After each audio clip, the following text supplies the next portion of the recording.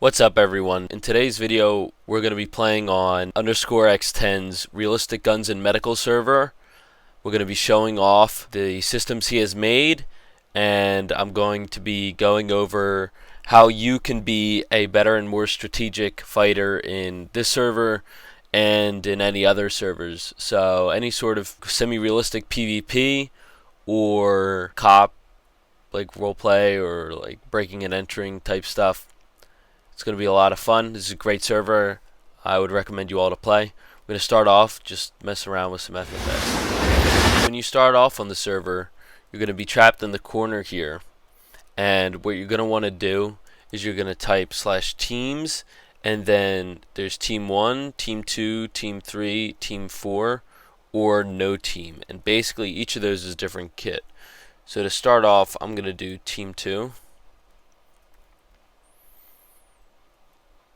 So as we can see right here, I have a few items. I have my rifle. I have a rifle. So right now I'm bleeding immensely and I'm tired because I've been hit with a lot of bullets. So I'm basically dead right now. So we're just going to take this opportunity to look. Now when I switch items, we have this little spin here, and basically that's overclock protection to make sure that people aren't using these custom weapons in a way they're not supposed to. Okay, we have the assassin's knife. Yeah, so it's like a draw, like for the pistol, like you imagine that's the drawing of the gun. We have assassin's knife, which is just a knife. We have mop. Now mop is a very interesting weapon because what it actually does is it's a minesweeper, so it'll show me where any landmines are. I have my radio. My radio is for communicating with my teammates. So if I click with the radio, it puts this message into chat to all my teammates, and it's good, especially because in game you have to type /T or /S to talk to people. So if you can just quickly do that, it'll let your teammates know when you're in trouble. Now next up is the med kit, and the med kit is the item that is the most difficult to understand. So whenever you get a med kit, before you get into combat, you want to open it up, and it's not going to heal you like it does in normal Junon. It's going to give you these medical supplies. So this is what I put in my hotbar. These items, the Ice Ore and the Steel are advanced items for cardiac arrest. So if this is your first time playing the server, you're probably not going to use it.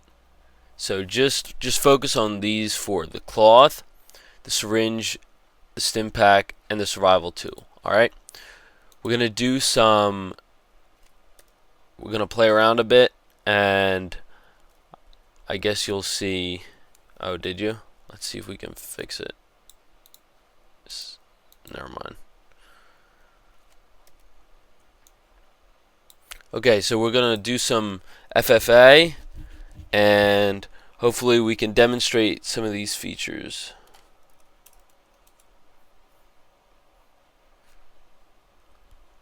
So right, the first thing I'm going to do is open my med kit. I'm going to take my bandages, put them there, stim pack, syringe, and survival tool. And now I'm ready to go.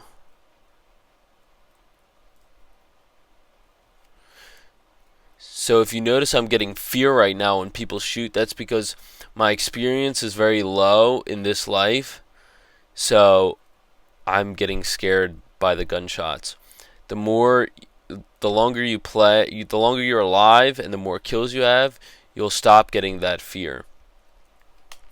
So one of the things I want to do is I want to take a system that's like this or very similar to this and build it into a multiplayer survival type server.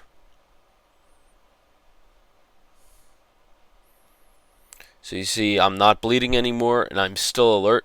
However, I'm still getting like slow tick bleeding, and that is because I have a bullet in me. So what I'm going to do is I'm going to take my survival tool out. I'm going to operate on myself, which is going to cause me to bleed again. So I'm going to patch the hole up.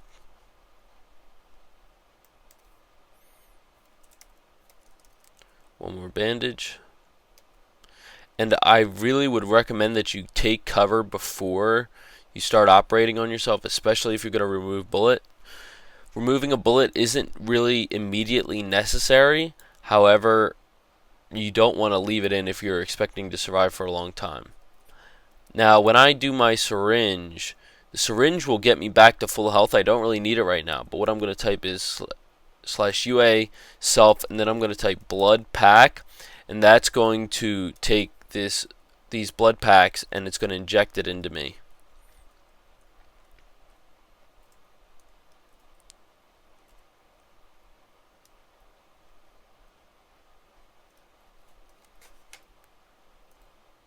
Oops.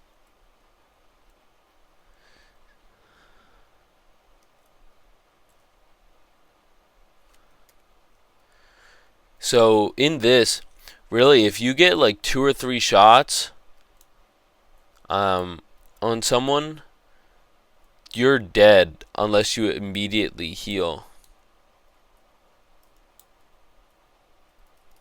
Even with pistol, like, see, like I have 2 shots in me. I'm basically dead.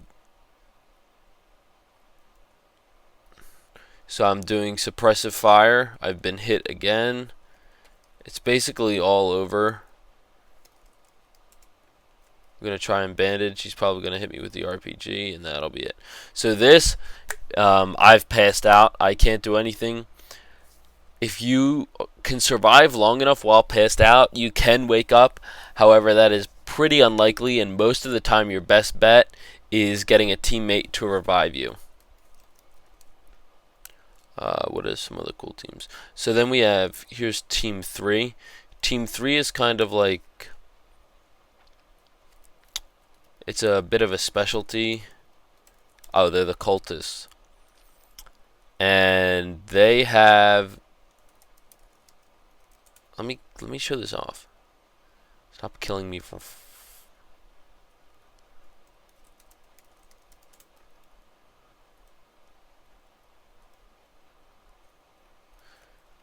So we have our timer bomb, right? And normally in the game the timer bomb just does damage to buildings and stuff. But right now in this server it does damage to buildings, and it also explodes and breaks asteroids. So this is a really good breaching weapon if you're trying to get into a base.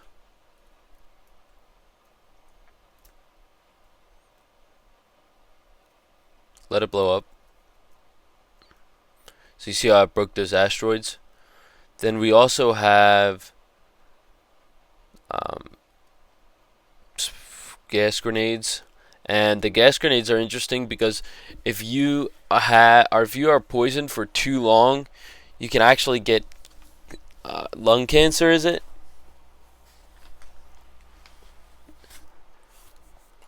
Some sort of cancer and carcinogen in lungs, and you're pretty cooked from then on. Then we have the showers, and what the showers are going to do is you place them and then they disappear. So if I walk into this, I'm going to explode. So they do a lot of damage, and they're hidden. So they're very good for like defending a base. And like I mentioned before, the minesweeper shows them on the map. So we have those 2 there. If I walk onto it, I blow up. And usually, unless you have teammates to help you out, you're not going to be able to recover from a timer bomb, a landmine. Okay. Let's all join Team 2, and we're going to show off medical. So we did some basic stuff before on yourself, right? But now, what if my teammate is bleeding out? So I have my medical stuff here. So you see that message in the bottom in the chat of my screen. I'm going to do this on Cool Noob because Akro's name is very difficult to type. So, yeah, Cool Noob's medically treating me right now because I'm bleeding heavily. Yeah, it's 10 underscores.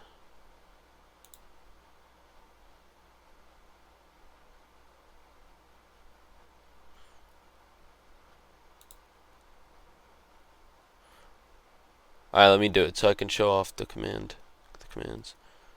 So Cool Noob's shot right now. He's bleeding. Now there's a few things. The first thing is inspect Cool Noob, right? And that'll show me he's awake, he's bleeding, his pulse is really bad, but he is breathing. So I'm gonna do this. Now depending on how low his health is,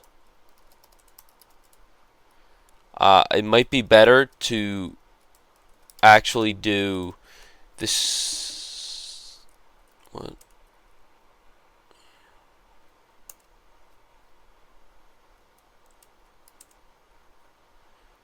My syringe, right? So he's below half health. I'm gonna go /UA Cool Noob, and then I'm gonna type blood pack.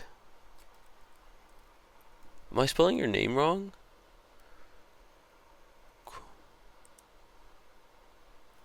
Yeah, so there we go. And you see now his health is at full. Now, stamina is also important. So, 1, 2, 3, 4, 5, 6, 7, 8, 9, 10.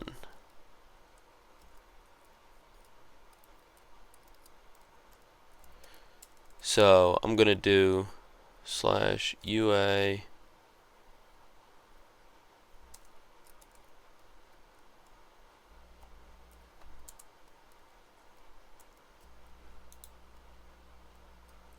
Our goal is to bandage him up as quickly as possible. Okay, so he's not bleeding anymore. Now watch. We're gonna knock you out.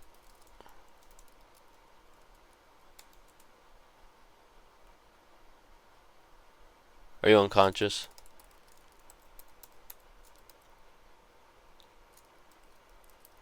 I'm gonna set. Okay. So now if I inspect him, it says appears passed out. Now while he's in this position, if he's in danger, what I'm gonna do is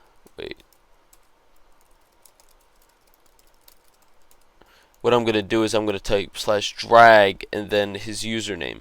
And what that's gonna do is he's gonna pull him towards me. Oops. So I can get him out of harm's way. Like so. Okay? But now, while he's unconscious, what I'm going to do is I'm going to take the stim pack. And what the stim pack does is it recharges your stamina. So I'm going to type I'm going to use it on him. 1, 2, 3, 4, 5, 6, 7, 8, 9, 10. There we go.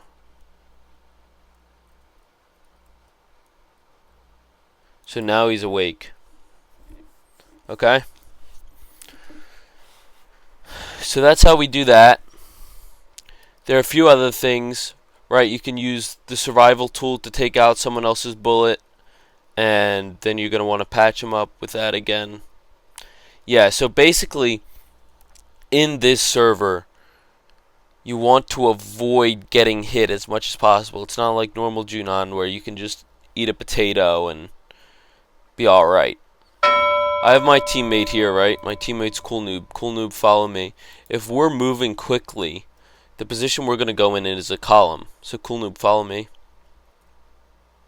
When we move, we're like this. Now, one of the dangers is if we run into someone from that way, we're going to go this way.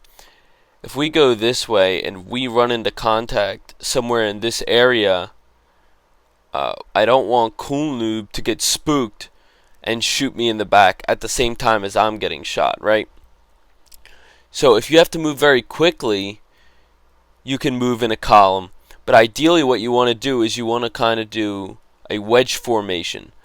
Yeah, so like this. So like like an arrow point, and you're gonna have one person at the point and two other people in the back at an angle like that. This is the wedge formation. Now as you can see there, it's a lot trickier to get set up than a column. Like column is easy, we naturally do it. But the wedge, see, and when we stop, we all bunch up together. That's a very easy target. Now, if we get contact front, and now when I say contact front, that just means the direction we're moving in. So contact front would be up here. All of us, if Akrol was in the right spot, all of us would be able to shoot the target effectively. Now, if it's contact left, only Cool Noob and I would be able to shoot at the target. If Akrol started shooting, then he might hit Cool Noob or me, like that. And then, like, you lost the engagement. If we get contact right, like I said before, me and Akrol will be able to shoot, but we would want Cool Noob not to shoot. What Cool Noob's gonna want to do is he's gonna want to fan out to this position so that we can get all our guns firing in this direction. While he's there, he's risking shooting Akrol in the back, okay?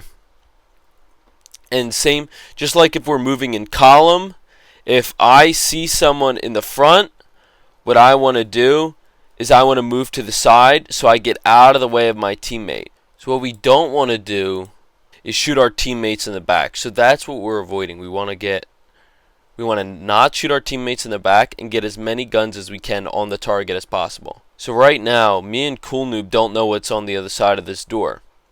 So now we have a few options. One is I could stand off to the side. No. Pretend there's a wall there. Cool Noob, back up. And I'm going to open the door from here, and Cool Noob will be able to see what's going on. Or if we need to go in quickly, what we're going to do is we're going to stand next to each other like this. Cool Noob, stand next to me. And the airlock is two spots, right? So we're going to walk up to it like this. Now you can't do this on an automatic airlock because it'll open, so you have to start back a few blocks. And then when we open it, both our guns are on the target, and hopefully you don't avoid that. So you want to avoid firing before you enter the room, so you avoid that. No shooting yet. We're gonna walk in, and then we're gonna split the door. So when we go through this door, I'm gonna go here. Cool Noob is gonna go here. Okay? Alright, ready? And you're not gonna shoot until you get into that spot so you don't hit your teammate. 3, 2, 1, go.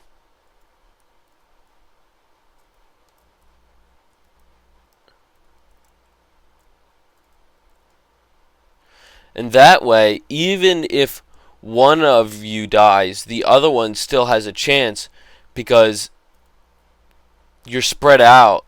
You're not both going to be able to be hit by the same shot. Okay?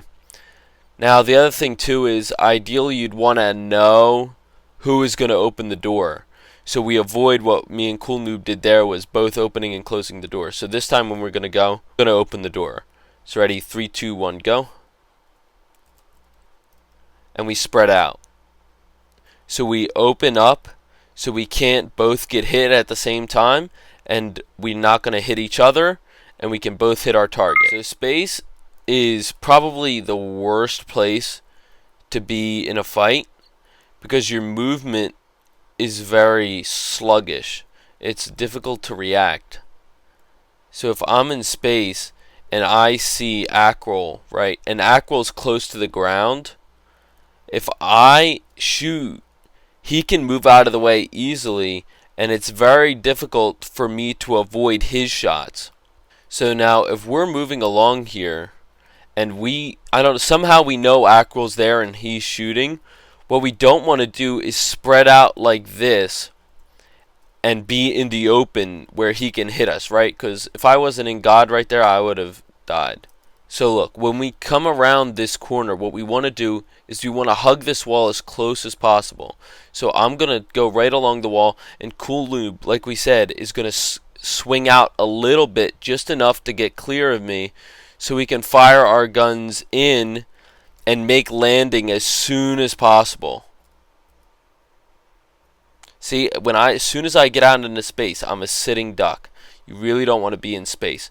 But if you are going to fight in space, make sure you have some sort of cover that you can very easily get behind, like this.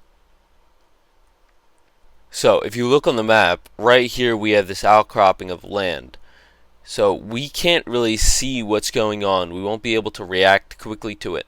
So, what we're going to do is when me and Cool Noob pull up, if I'm leading, I'm going to slow down to give him the opportunity to swing out so we can both get our guns on whatever is behind this position at the same time.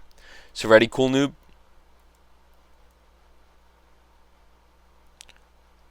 Okay, and go.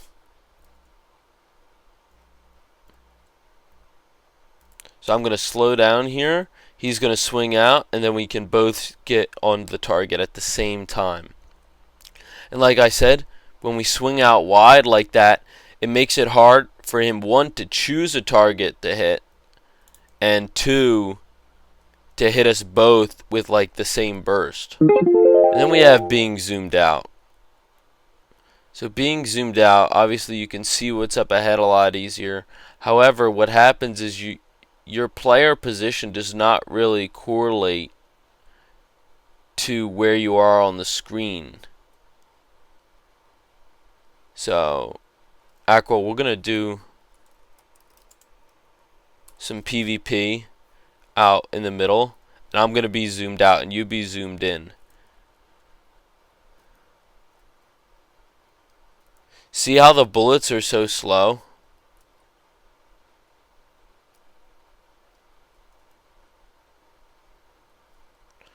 And look at their positions. It's really strange.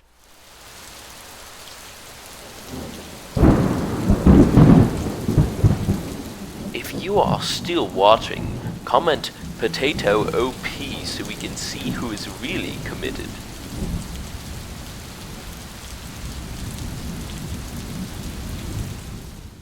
And I have no idea where he is. So he could be, well, like I know he's here now because he's shooting.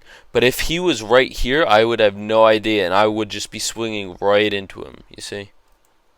See, like now he's there. And now I'm shooting. I can't tell where my bullets are going. So it's also very dangerous for my teammate if he gets in front of me or something like that. That's not to say you should never be zoomed out, right? Like obviously there are occasions where being zoomed out is good because you can see something that's going on, but generally I would recommend, one, not moving when zoomed out, and definitely not fighting while zoomed out. And that goes, to be honest, that goes for any Junon PvP, not just realistic PvP. If Cool Noob's here, and I know Akrol is out there somewhere, so if I know Cool Noob needs to heal, and either I need to heal him or he needs to heal him, or either way. Now I can't see where Akrol is, but if I pull back like this and I just go like this, I might be able to, one, scare him into backing up, or two, I could kill him, right? But my goal is to give my teammate enough time to survive. We're trying to breach this base through this asteroid here. We don't know what's on the other side of this wall. There could be someone right here waiting for us to mine through who's going to shoot us right away. So if I try to do this, if I try to mine here and then switch to my gun, that's really not going to work well because I'm going to be catching direct fire through this point. So if I need to breach quickly, what I'm going to do is, if I have two people, I'm going to have one person stand like that. Cool Noob, get your rifle out. He's going to point it down the tunnel I'm opening up. I'm going to mine this. And that way, as soon as the opening appears, he can fire instantly and see what's going on the other side.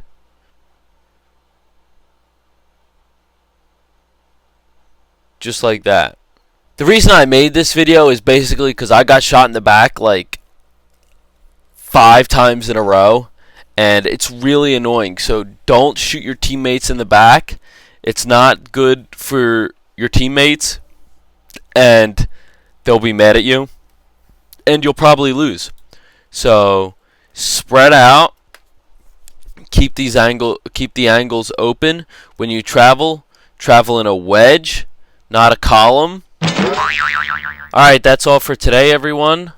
I want to thank Cool Noob and Akrol for helping me out today, especially Akrol for making this server. His full name is underscore underscore underscore underscore underscore underscore underscore underscore underscore underscore. It's a pain to say, it's a pain to write, especially when you're trying to heal him. But thank you to him for making this fun server.